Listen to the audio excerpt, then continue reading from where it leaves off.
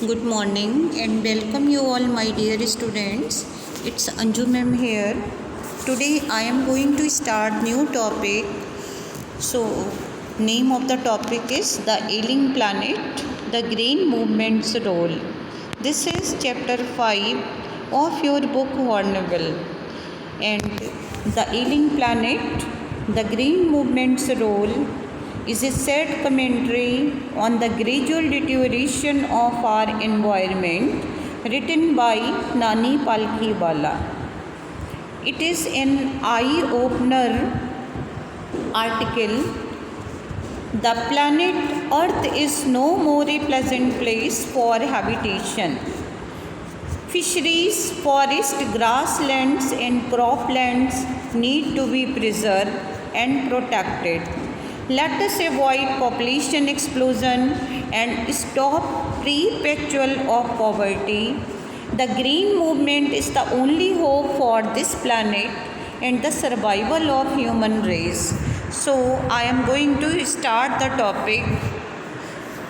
The following article was written by Nani Palkhiwala and published in Indian Express on 24th November 1994. It is written in first part issue that he raised regarding the declining health of the earth, and the writer is Nani Palkhiwala, you can see, and it is written on 24th November 1994. So in this part introduction is given. Now I am going to continue. See the first stanza. One can't recall any moment in world history which has gripped the imagination of entire human race so completely, so rapidly as the green movement, which was started nearly 25 years ago. See the students, the green movement, it started in 1972, more than 47 years. ये 25 years नहीं है, बल्कि अब देखिए 1972 में start हुआ है तो 47 years कंप्लीट हो चुके हैं. 48 years ago. Am I right? In New Zealand, since then the movement has not backed. So the green movement started nearly 47 years ago.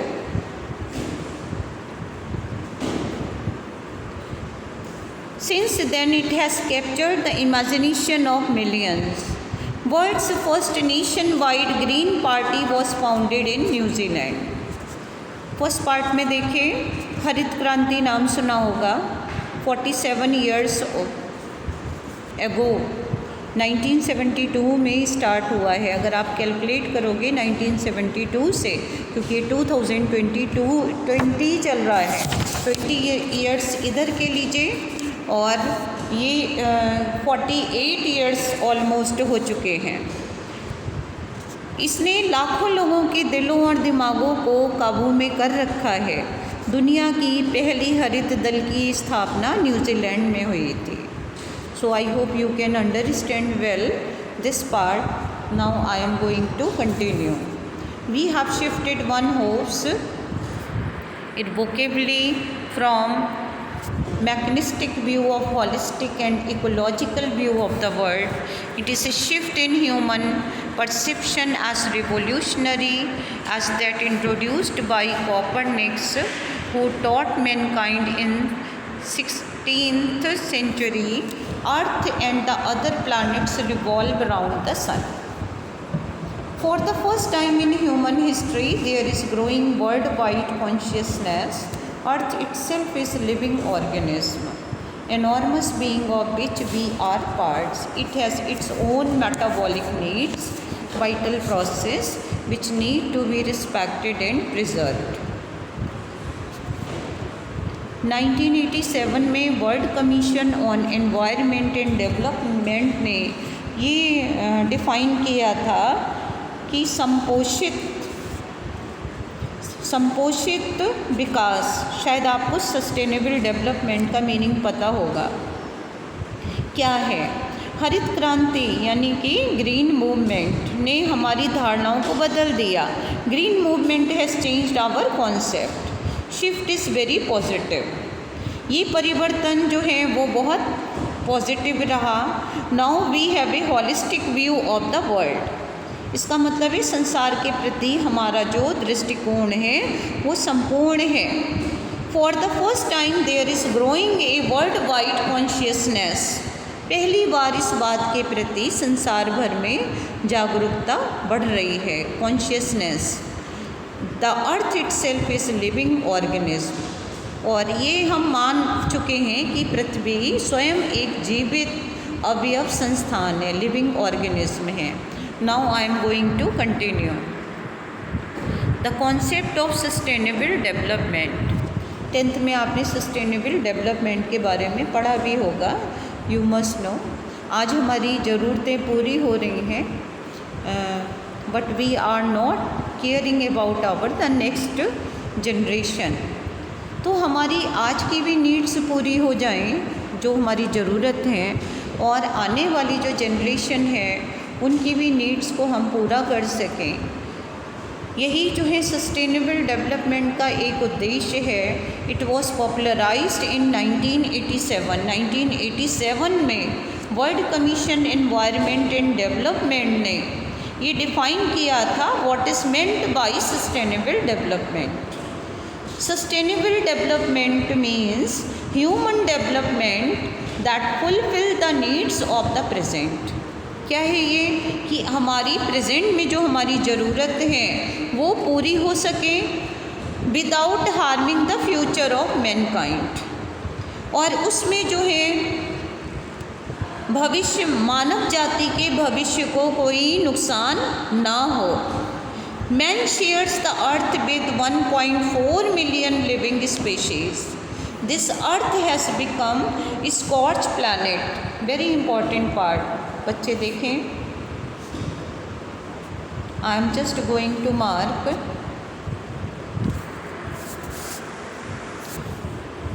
Sustainable development, जिसमें हमारी आज की नीड्स पूरी हो सकें without harming the ability of future generation. उनकी भी जो है नीड्स पूरी हो सकें। So natural world of resource future generation would need. ये जो है ये सस्टेनेबल डेवलपमेंट है। At the zoo at Lusaka, शायद आपको नहीं मालूम है, in the zoo at Lusaka Zambia में लुसाका में एक जू है। There is a cage there where the notice reads the world's most dangerous animal. उस जू के अंदर कोई एनिमल नहीं है, no animal is there inside the zoo. When you will go there simply you will find a full size mirror. वहाँ पे आपको एक फुल साइज मिरर मिलेगा, और उस मिरर में वहाँ पे एक नोटिस है लिखा हुआ वर्ल्ड्स मोस्ट डेंजरस एनिमल, दुनिया का सबसे खतरनाक जानवर। Simply we can see our reflection. हम वहाँ पर अपनी पिक्चर, अपना रिफ्लेक्शन देख सकते हैं। So dear students, this is an example which is given and shows that we people, we human beings have created lot of destruction on earth। हमने पृथ्वी पर कितना डिस्ट्रक्शन हमने किया है। I am going to mark this in this part। You have to find man has been the most dangerous animal that ever lived on this earth। He has swallowed fisheries, forests, grasslands and croplands। Man is so selfish, self-centered, needy and greedy. In order to fulfill his needs and greed, he has swallowed fisheries, हमने fisheries को ख़त्म किया, सॉलो कर लिया। Forest को हमने ख़त्म करा, ट्रीज़ को हमने कट किया, ग्रासलैंड्स, क्रॉपलैंड्स को हमने धीरे धीरे ख़त्म किया। So the notice at a cage in the zoo at Lusaka, Lusaka में जो जू है वहाँ पे कोई एनिमल नहीं है, वहाँ पे एक नोटिस लगा है और उसमें लिखा है the world's most dangerous animal, inside the cage there is no animal but only a mirror, वहाँ पे एक मिरर है और वो मिरर जो है हमारी रिफ्लेक्शन, हमको हमारी इमेज को रिफ्लेक्ट करता है। The mirror reflects the image of real villain. So dear students, my question is who is the real villain on the earth? Answer is very clear that man. We human beings are the most dangerous animals on the earth. The real villain, he is none else than the man himself। ये real विलियन कौन है? मनुष्य। अभी मैंने sustainable development के बारे में बताया आपको। Sustainable development I told you in earlier part, you can see very important part, you have to keep in your mind, you will find sustainable development here, development that meets the need of the present, जिसमें हमारी present की needs मिल रही हैं but we are not thinking about our future generation, that is sustainable development. I hope you can understand well. So from this part I told you the green movement aims at creating a holistic and ecological view of the world। जो ये हरित क्रांति शुरू की गई थी 1972 में, इसका मेन पर्पस था to create holistic and ecological view of the world, लोगों को कॉन्शियस करना, conscious of stopping further degradation, जो जितना हम नुकसान पहुंचा चुके हैं अपनी पृथ्वी पर, और फर्दर डिग्रेडेशन को रोकना, फर्दर डिटोरिएशन को रोकना। So it means stopping further degradation and deterioration of nature, it's resources. And the green movement started in the year 1972 and it was the world's first nationwide green party. It was founded in New Zealand. Understood? So next part I told you man has been the main villain in degrading the environment। इस environment को destruct करने में, destruction में, उसके विनाश में सबसे ज़्यादा जो रोल है वो मैन का है। Man is the real villain. Due to his misdeeds the earth has become an ailing planet. हम लोगों की ही वजह से, हमारी हार्मफुल एक्टिविटीज़ की वजह से, हमारी डीड्स की वजह से आज अर्थ जो है वो एक एलिंग प्लैनेट बन के रह गई। Earth is a patient. अर्थ एक पृथ्वी एक ऐसी पेशेंट है जो सिक है, जिसकी कंडीशन दिनों दिन डिटोरेट होती जा रही है। Previously he had formed A mechanistic view of the world. Man has changed his outlook. People of the world are gradually shifting to a holistic and ecological view of the world. The world can't be studied in isolation. Mechanical view of the world gives a distorted picture of our nature. We need to develop a holistic view of the world. It is a comprehensive view of the world with all its natural resources and species. Human beings are just a part of it. हम human beings इस पृथ्वी का एक part हैं, like a human body. This earth is a living organism. हमारी पृथ्वी जो है एक living organism है. It has its own metabolism. We should not destroy this natural growth and functioning of the world. All is not well with our earth. हमारी पृथ्वी के साथ सब कुछ अच्छा नहीं है। Actually it is not a good health, not a good sign. ये एक अच्छा साइन नहीं है। It reveals patient in declining health. ये किस चीज़ को शो कर रहा है कि हमारी जो पृथ्वी है वो उसकी हेल्थ डिक्लाइन होती जा रही है। और उसका कारण क्या है? Fisheries have been ruined. Fisheries होता है मत्स्य पालन, मछली पालन। फिशरीज वो धीरे धीरे ख़त्म हो रही है। Forest are disappearing. फॉरेस्ट जो है डिसअपियर होते जा रहे हैं। Grasslands and croplands are being converted into desserts.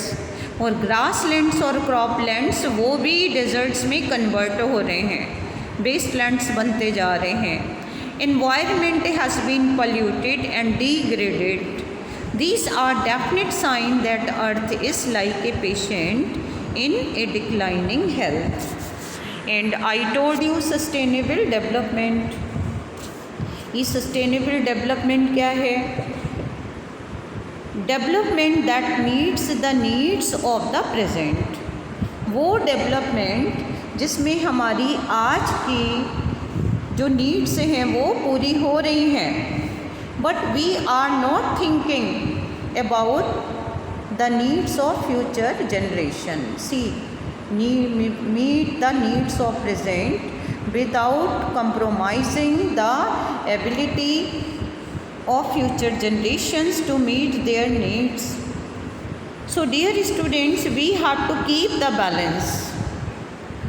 ये सस्टेनेबल डेवलपमेंट है जिसमें हमारी प्रेजेंट नीड्स पूरी हो रही हैं, आज की ज़रूरतें पूरी हो रही हैं, उसको पूरा करना without harming the needs of future generation. हमारी आने वाली पीढ़ी को भी उनकी ज़रूरतें भी पूरी हो सके। We have to keep the balance. उसके लिए हमें बैलेंस बनाना पड़ेगा। Principle biological systems of the earth are to be used judiciously. उसके लिए जो हमारा नेचर है और नेचुरल रिसोर्सेस हैं उसका हमें बहुत ध्यान से जुडिशियसली वाइजली उसका उपयोग करना पड़ेगा। Fisheries, forest, grass lands and crop lands are to be used judiciously. They must be preserved for the future generation.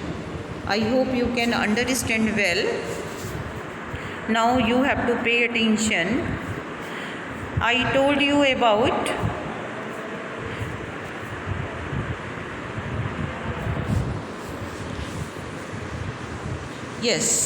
in the zoo at Lusaka, Zambia. Earlier I told you this fact. What is there in Lusaka, Zambia? There is a large size mirror.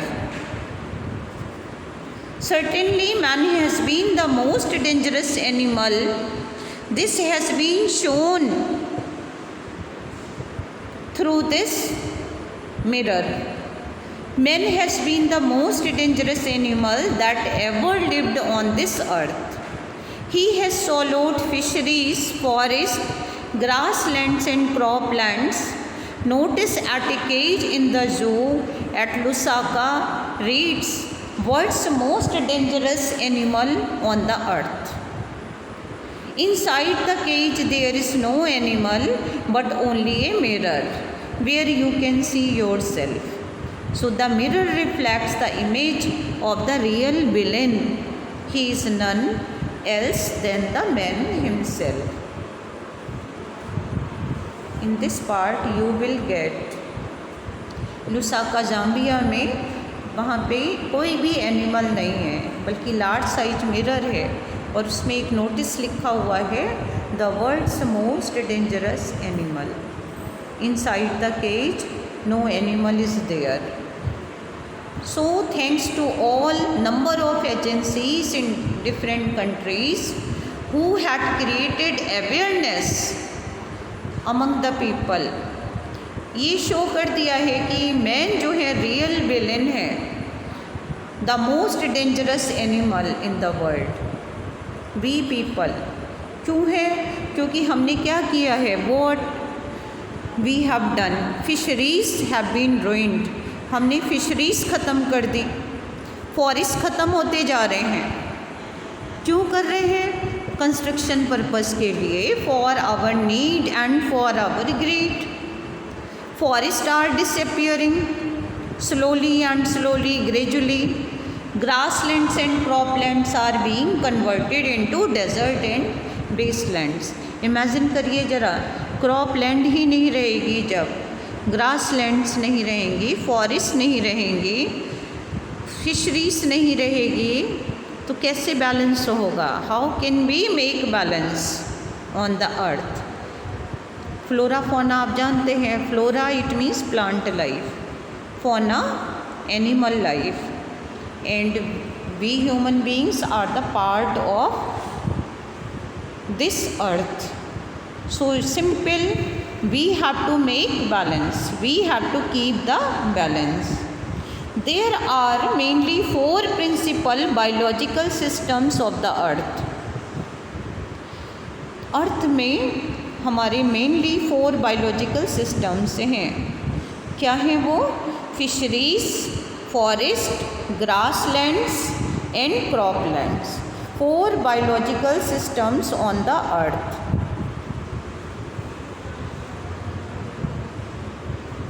Yes, you can see, I am just telling the main part. You can see fisheries, forest, grasslands and croplands. These are the 4 biological systems of the earth. They form the foundation of global economic system. They supply us food. हमें food कहाँ से मिलेगा? Cropland से। Fish is an important source of protein. Fish जो है protein का एक important source है। And they all provide all the raw material for industries except minerals. Human demands on these systems are increasing to a point where their productivity is impaired. क्या होगा dear students? Protein conscious world है हमारा। People are advise to consume more and more protein. लोगों को advice किया जाता है, और फिश जो हैं वो प्रोटीन का मेन सोर्स से हैं। You must know fish are the main source of protein. So in a protein hungry world, over fishing is a common practice. Over fishing has resulted in a collapse of fisheries. People are killing fish for selling purpose, for earning their livelihood, earning lot of money.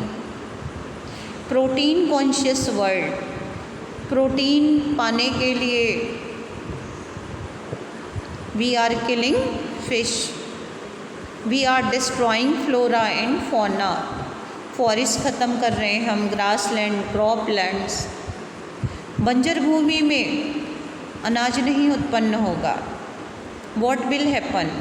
We are not thinking about the next generation. तो sustainable development यही है जिसमें हमारी आज की ज़रूरत पूरी हो, लेकिन हम किसी तरह का नुकसान ना पहुंचाएं। Sustainable development without harming the needs of future generation, that is sustainable development, you must know. So dear students, this is very inspiring, motivational and eye-opener article, and keep watching, continue, and rest of the portion I will explain in the next part of the video. I hope you can understand well. If any query, you can ask me personally. Thank you. Give your comments or compliments in the comment box. Have a fruitful day.